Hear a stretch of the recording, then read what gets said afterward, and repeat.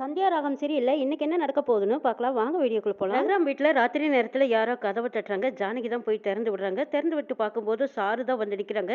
Sir இந்த நேரத்துல இங்க அப்படின்னு கேக்குறாங்க. எல்லாருமே அந்த இடத்துல கூடி வந்துட்டாங்க. பார்வதி கேக்குறாங்க, ஏ சாரு, என்ன இந்த நேரத்துல வந்திருக்கிற? நீ உங்க அத்தை வீட்டுல இருக்கிறதா தானே சொன்னாங்க அப்படிங்கிறாங்க. பெருமா சித்தி எல்லாரும் என்ன மறந்துட்டீங்கல்ல? எல்லாருமா சேர்ந்து என்ன தள்ளி வச்சுட்டீங்கல்ல? இப்படி இங்க ஒருத்தி இருந்ததையே நீங்க எல்லாரும் மறந்துட்டீங்கல்லங்கிறாங்க.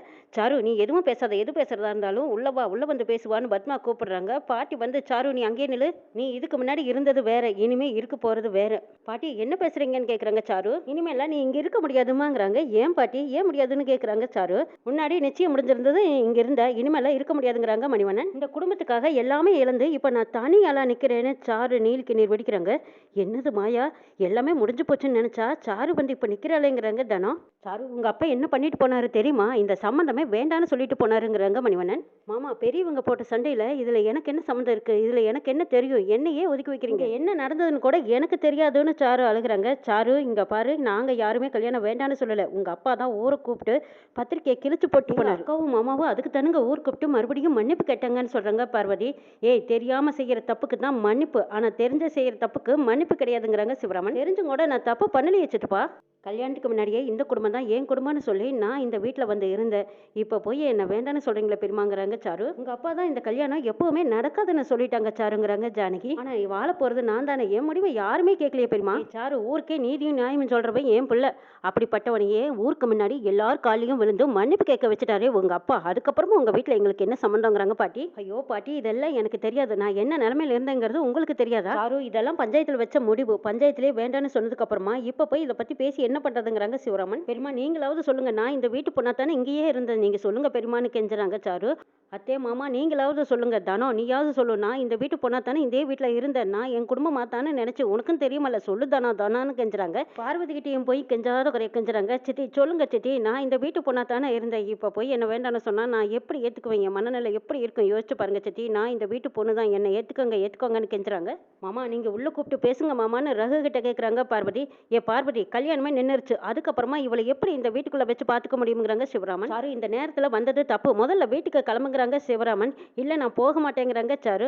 அட என்னம்மா நீ புரிஞ்சுக்க மாட்டியா? இந்த நேரத்துல இங்க வந்து கத்திக்கிட்டு இருக்காத, கிளம்புங்கிறாங்க மணிவண்ணன். நான் இங்க இருந்து போக மாட்டேன். என் வாழ்க்கைக்கு ஒரு முடிவு சொல்லாததுக்கு முன்னாடியும் தெரியாததுக்கு முன்னாடியும் நான் இங்க இருந்து போக மாட்டேன். பெரியப்பா, நீங்க ஊருக்கே நியாயம் சொல்றீங்கல்ல, என் வாழ்க்கைக்கு ஒரு முடிவு சொல்லாம நான் இங்க இருந்து போக மாட்டேங்கிறாங்க சாரு. எந்த பஞ்சாயத்து மரத்துக்கு கீழே என் கல்யாணம் நின்னுதோ அதே பஞ்சாயத்துக்கு மரத்துக்கு கீழே தான் நான் உட்கார்ந்துருப்பேன். இந்த குடும்பம் என்னை ஏத்துக்கிற வரைக்கும், எனக்கு ஒரு நியாயம் கிடைக்கிற வரைக்கும் நான் பஞ்சாயத்து மரத்தடியில தான் உட்கார்ந்துருப்பேன்னு சொல்லிட்டு சாரு அங்கிருந்து ஓடிடுறாங்க. ரகுராம் எதுவுமே பேசாம அமைதியா போயிடுறாங்க. சாரு அந்த மரத்துக்கு இடையில உட்காந்துருக்காங்க. அப்போ மழையும் மின்னலும் மின்னுது. மலைக்குள்ளேயே நனைஞ்சுக்கிட்டு உட்காந்துருக்காங்க. நினைச்சு பார்க்குறாங்க, சீனுவுக்கும் சாருவுக்கும் நிச்சயதார்த்தம் நடந்ததையெல்லாம் நினைச்சு பார்த்துக்கிட்டே உட்காந்துருக்காங்க சாரு. வீட்டில் மாயா சோகமாக உட்காந்துருக்காங்க. சீனு அங்கேருந்து பார்க்குறாங்க. சீனு உடனே மாயாவுக்கு ஃபோன் அடிக்கிறாங்க. லேண்ட்லைன் ஃபோன்ல இருந்து செல்போனுக்கு ஃபோன் அடிச்சு பேசுறாங்க. சீனு, என்ன ஒரு மாதிரியா உட்காந்துருக்கி, ஏன் சோகமா இருக்கேன்னு கேட்குறாங்க. வீட்டில் நடக்கிறதையெல்லாம் பார்த்தா மனசுக்கு கஷ்டமா இருக்குங்கிறாங்க மாயா. நீ ரொம்ப யோசிக்காதீங்கிறாங்க சீனு. இல்லை, சாரு வேற இப்படி வந்து பேசிட்டு போயிருக்காளே, அதை பற்றி தான் நினைச்சு பார்க்குறேங்கிறாங்க. அதெல்லாம் நீ எதுவும் யோசிக்காதீங்கிறாங்க சீனு. சரி சீனு, அதை பற்றியெல்லாம் அப்புறம் பேசிக்கலான்ட்டு ஃபோனை கட் பண்ணுறாங்க. சீனு அப்படியே மாயாவை பார்த்துட்டு வராங்க. என்னது, சொந்த வீட்டிலேயே இப்படி ரகசியமாக பேச வேண்டியதாக இருக்குங்கிறாங்க சீனு. ஐயோ, பேசி முடிச்சதும் என்ன நேரம் நம்மளை பார்த்து வரேன்னு பார்க்குறாங்க மாயா. ரகுராம் பஞ்சாயத்து மரத்தடிக்கு இங்கே சாரு உட்காந்துருக்காங்க. அவங்கள போய் வீட்டுக்கு கூட்டிகிட்டு வந்துடுறாங்க ரகுராம். பாட்டி பார்த்துட்டு, ஏண்டா ரகு, எதுக்கு இவ்வளோ கூட்டிகிட்டு வந்திருக்கேன்னு கேட்குறாங்க. அண்ணே, அதான் நேற்றே பேச்சு முடிஞ்சதில்ல, இதுக்கப்புறமும் எதுக்கு இவ்வளோ உள்ள கூட்டிகிட்டு வந்தீங்கன்னு கேட்குறாங்க சிவராமன்.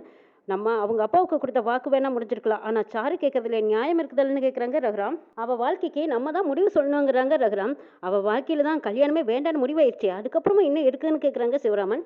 ஊரே எல்லாரும் இந்த வீட்டு மருமகனை தானே சாருவை பேசினாங்க. கடைசியில் இப்படி ஆகும்னு யாருமே எதிர்பார்க்கலையலங்கிறாங்க. எங்க நீங்க வேற ஏதாவது முடிவு எடுத்திருக்கீங்களான்னு கேட்குறாங்க ஜானகி. எல்லாத்துக்குமே ஒரு முடிவும் தீர்வும் கிடைக்கிற வரைக்கும் சாரு இங்கேயே இருக்கட்டுங்கிறாங்க ரகுராம். பத்மா, நீ கூட்டிட்டு போங்கிறாங்க. சரிண்ணே அப்படின்னு சொல்லிட்டு சாருவா ஆசையா அன்பா பாசமா பத்மா போய் கூட்டிட்டு வராங்க. பார்வதி, நீ போய் ஒரு டவல் எடுத்துட்டு வா, நனைஞ்சிருக்கா பாரு அப்படின்னு சொல்லிட்டு துணி எடுத்துட்டு வந்து தோட்டி விடுறாங்க. சாரு உள்ளே போகும்போது சீனுவையும் மாயாவையும் விரைக்கி பார்த்துக்கிட்டு போகிறாங்க. சீனுவுக்கும் மாயாவுக்கும் இதில் மனசே இல்லை. படம் எல்லா பிரச்சனையும் முடிஞ்சது, எல்லாம் ஓஞ்சது. இனிமேல் சாரு உள்ளே வரமாட்டா, இனிமேல் நம்ம கல்யாணத்தை பற்றி தான் பேச போகிறாங்கன்னு ரெண்டு பேரும் ஆசையாக எதிர்கால கனவுகள் கண்டுட்டு இருந்தாங்க மாயாவும் சீனுவும். கோர்த்த கை இப்போ பெரியடேன்னு கவலையோடு நிற்கிறாங்க சீனுவும் மாயாவும். அப்பாவுக்கு பிள்ளை தப்பாமத்தானே இருக்கும். சாரு குடுன்னு ஓரமாக ஒளிஞ்சு வந்து நின்று உடனே அவங்க அப்பாவுக்கு ஃபோன் அடிக்கிறாங்க. சொல்லு சாருமாங்கிறாங்க. அப்பா நாம நினைச்ச மாதிரியே நான் இப்போ இந்த குடும்பத்துக்குள்ள வந்துட்டேன்ப்பாங்கிறாங்க சாரு. சூப்பர்மா. அந்த குடும்பம் நம்மளை எவ்வளவு அவமானப்படுத்தியிருக்கு.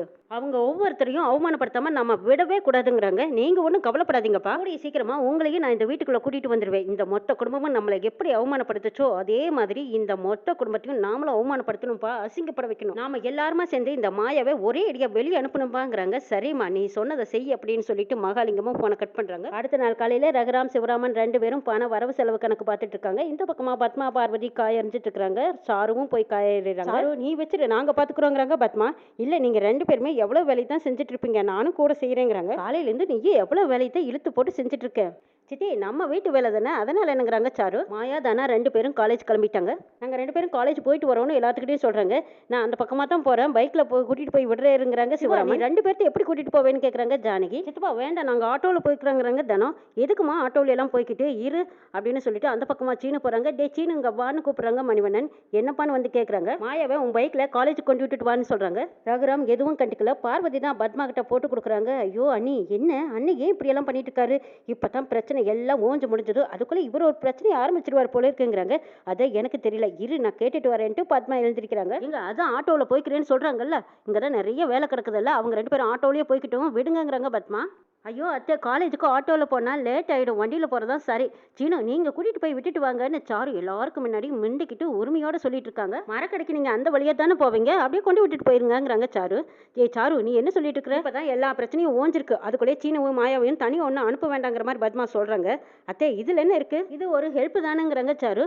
சரி அதெல்லாம் ஒன்றும் வேண்டாம் தானா, நீ வேணா பைக்கில் வந்துடு, நான் வேணா ஆட்டோவில் போய்க்கிறேங்கிறாங்க மாயா. மாயா கொஞ்சம் இரு, நீ எதுக்கு ஆட்டோலாம் போயிட்டு, சீனு நீங்கள் கூட்டிகிட்டு போங்க, சீனு கூட போ மாயாங்கிறாங்க சாரு. சாரு இப்பதான் பஞ்சாயத்துல எல்லாத்துக்கும் முன்னாடியும் எல்லா விஷயம் தெரிஞ்சிருச்சு. இந்த நேரத்துல மாயாவும் சீனவும் ஜோடியா போனாங்கன்னா ஊர்க்காரங்க எல்லாரும் என்னெல்லாம் பேசுவாங்கன்னு கேக்குறாங்க பார்வதி. அந்த 4 பேர் தான் நானும் தேடிக்கிட்டு இருக்கிறேன், ரொம்ப நாளா தேடுறேன், என் கண்ணுல மாட்ட மாட்டேங்கிறாங்கன்னு கேக்குறாங்க மணிவண்ணன்.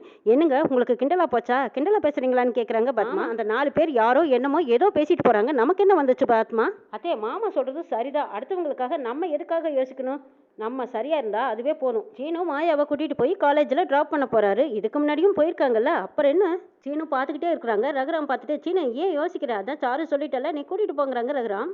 மாயா நீ ஏன் யோசிக்கிற, நீ தான் ஊருக்கு முன்னாடி இந்த குடும்பம் கௌரவம் தான் முக்கியம்னு நீ எல்லாரும் முன்னாடியும் பஞ்சாயத்துலயும் சொல்லியிருக்க, என் பெரியப்பா கூட உன்னை நம்புறாரு, நீ பழச எதையும் யோசிக்காத, சரியா தான் இருப்பேன்னு எனக்கு நல்லாவே தெரியும். சீனு மாமா கூட போயிட்டு வாங்குறாங்க சாரு. இவ சரியா தான் சொல்றாளா இல்ல மிரட்டுறாளான்னு மணிவண்ணனுக்கு ஒரே சந்தேகமா இருக்கு. மாயா பெரியப்பா தான் சொல்லிட்டாருல நீ சீனு கூட போங்கிறாங்க ஜானகி. சிவராமன் சீனு 2 பேரும் வந்து பைக் எடுக்கிறாங்க. சிவராமன் பைக்ல தனா கொந்துக்கிறாங்க. இந்த பக்கமா சீனு மாயா 2 பேரும் ஜோடியா போறாங்க. வெளியில வந்து பார்த்தா சாரு நினைக்கிறாங்க, இன்னும் கொஞ்ச நாளையில மாயாவை வெளியே விரட்டுறதுக்காக இப்ப இவங்க 2 பேர்த்தையும் ஜோடி சேர்த்த வேண்டியதா இருக்குதுன்னு நினைச்சுக்கிட்டே வர்றாங்க சாரு. மாயா சீனு 2 பேரும் காலேஜ் போறதுக்கு முன்னாடி ஒரு பேங்க் போறாங்க. யாருக்குங்கிறாங்க, இவங்களுக்கு தாங்கிறாங்க. நீங்க ஒரு கையெழுத்து போடுங்கன்னு சொல்லிட்டு சீனு கிட்ட ஒரு கையெழுத்து வாங்குறாங்க. இது எதுக்கு கையெழுத்துன்னு கேக்குறாங்க சீனு. உங்க பேர்ல ஒரு லோன் டிரான்ஸ்ஃபர் பண்ணிருக்கோன்னு சொல்றாங்க. அதை கேட்டதும் சீனுக்கு ரொம்ப சந்தோஷம், கையெழுத்து போட்டு கொடுக்குறாங்க. மாயாவும் சீனுவும் ஒருத்தருக்கு ஒருத்தர் பாத்துக்கிறாங்க. என்ன நடக்குதுன்னு நாளை சொல்ல பார்க்கலாம்.